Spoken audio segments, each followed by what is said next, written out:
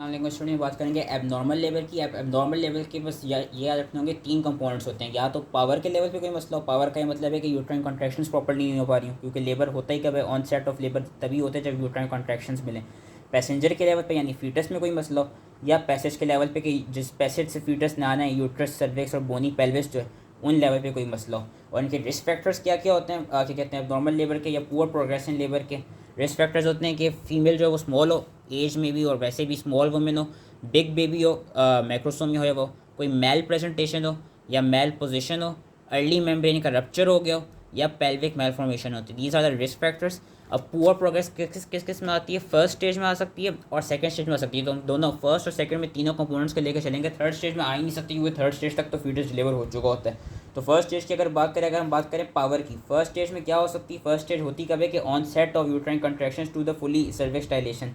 अब इसमें कहाँ पे पावर के लेवल पे कब मसला आ सकता है कि हमारे पास डिसफंक्शनल यूट्राइन कॉन्ट्रैक्शन है। नॉर्मल जो यूट्राइन कॉन्ट्रैक्शन है दैट आर 4 to 5 कॉन्ट्रैक्शंस पर 10 मिनट्स। डिसफंक्शनल कब कहलाई जाएंगी, जब 3 या लेस देन 3 कॉन्ट्रैक्शंस हो रही हो पर 10 minutes. And uterine hyper stimulation क्या होती है, मोर देन 5 कॉन्ट्रैक्शंस पर मिनट, नॉट पर 10 मिनट्स, पर मिनट। मोर देन 5 कॉन्ट्रैक्शन हो तो हाइपर स्टिमुलेशन कराई जाती है। सो डिसफंक्शनल यूट्राइन कॉन्ट्रैक्शंस होंगी, प्रॉपर्ली यूट्रस की कॉन्ट्रैक्शन हो नहीं रही होगी, जो कि मोर कॉमन होती है प्राइमरी पेरेस, यानी जो अभी इनिशियली प्रेग्नेंट हुई होती हैं उन फीमेल्स में ज़्यादा कॉमन होती है। ट्रीट किस तरह करते हैं कि मैटरनल डिहाइड्रेशन की जाए। Vaginal examination to be done after every 2 hours rather than 4 hours. Artificial rupture करा दिया जाए मेम्ब्रेन का, अगर तो ये हो कि हमको कि वो जो मेम्ब्रेन होगी वो डिले, उसका वो प्रॉपर्ली डिले, अर्ली रप्चर नहीं होगा, उसका डिले अगर होगा हमें लग रहा हो तो आर्टिफिशियली हम रप्चर कर दें मेम्ब्रेन को, या इंट्रावीनस ऑक्सीटोसिन दे दें if there is poor progress after the क्या कहते हैं artificial rupture of the membrane. तो ये पावर्स के लेवल पे हम इस तरह ट्रीटमेंट करते हैं। पैसेंजर के लेवल पे क्या क्या मसले हो सकते हैं कि सेफेलो पेल्विक डिस्प्रोपोर्शन हो या कोई मेल प्रेजेंटेशन हो फीटस की। सेफेलो पेल्विक डिस्प्रोपोर्शन क्या होती है कि it is the disproportion between the fetus head and the maternal pelvis. Disproportion हो, नॉर्मल प्रोपोर्शन नहीं है, सही से फीटस पास नहीं कर सकता है मैटरनल पेल्विस के थ्रू।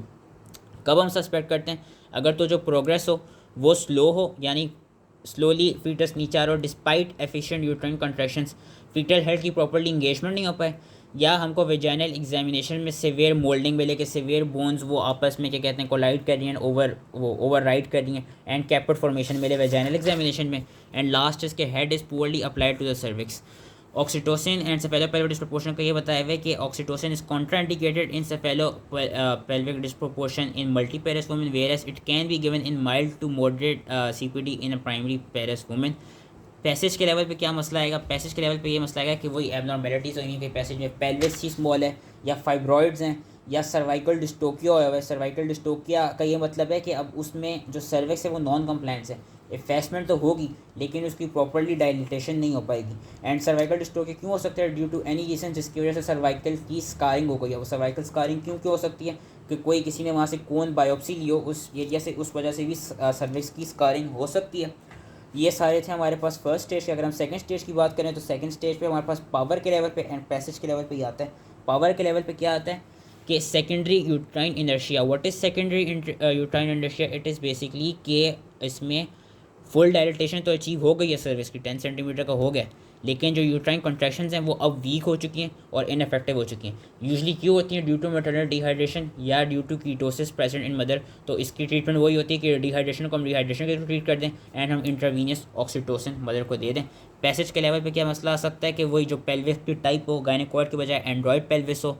अब जब एंड्रॉयड पेल्विस होगा तो एंड्रॉयड पेल्विस में मैंने क्या पढ़ा था कि उसमें डीप ट्रांसवर्स अरेस्ट आ जाते हैं। बट इस deep transverse arrest, deep transverse arrest is basically कि जो इंटरनल रोटेशन होनी होती है ना फीटल हेड की ड्यूरिंग लेबर, वो प्रॉपर्ली नहीं हो पाती। जब इंटरनल रोटेशन हो ही नहीं पाएगी तो उसकी वजह से the fetal head would be arrested at a level of ischial spine in a transverse position, क्योंकि वी नो के फीटस आही ट्रांसवर्स पोजीशन में वो आ रहा होता है, उसने इंटरनली रोटेट करके अपने आपको एंटीरियर पोस्टीरियर डायमीटर वाली पोजीशन में लाना होता है। तो ट्रांसवर्स पोजीशन में इशियल स्पाइन के लेवल पे ही अरेस्ट कर जाएगा, which is known as deep transverse arrest. इसको हम ट्रीट किस तरह करेंगे, इसकी management is done through your operative deliveries. Operative deliveries में हमारे पास सी सेक्शन आ जाती है, या एप्लीकेशन ऑफ वेंटोस एक्सट्रैक्टर आ जाता है, या एप्लीकेशन ऑफ रोटेशनल फोर्सेप्स आ जाते हैं। So that was all. I hope easily समझ में आ गया हो हमारे पास abnormal labour. And thank you.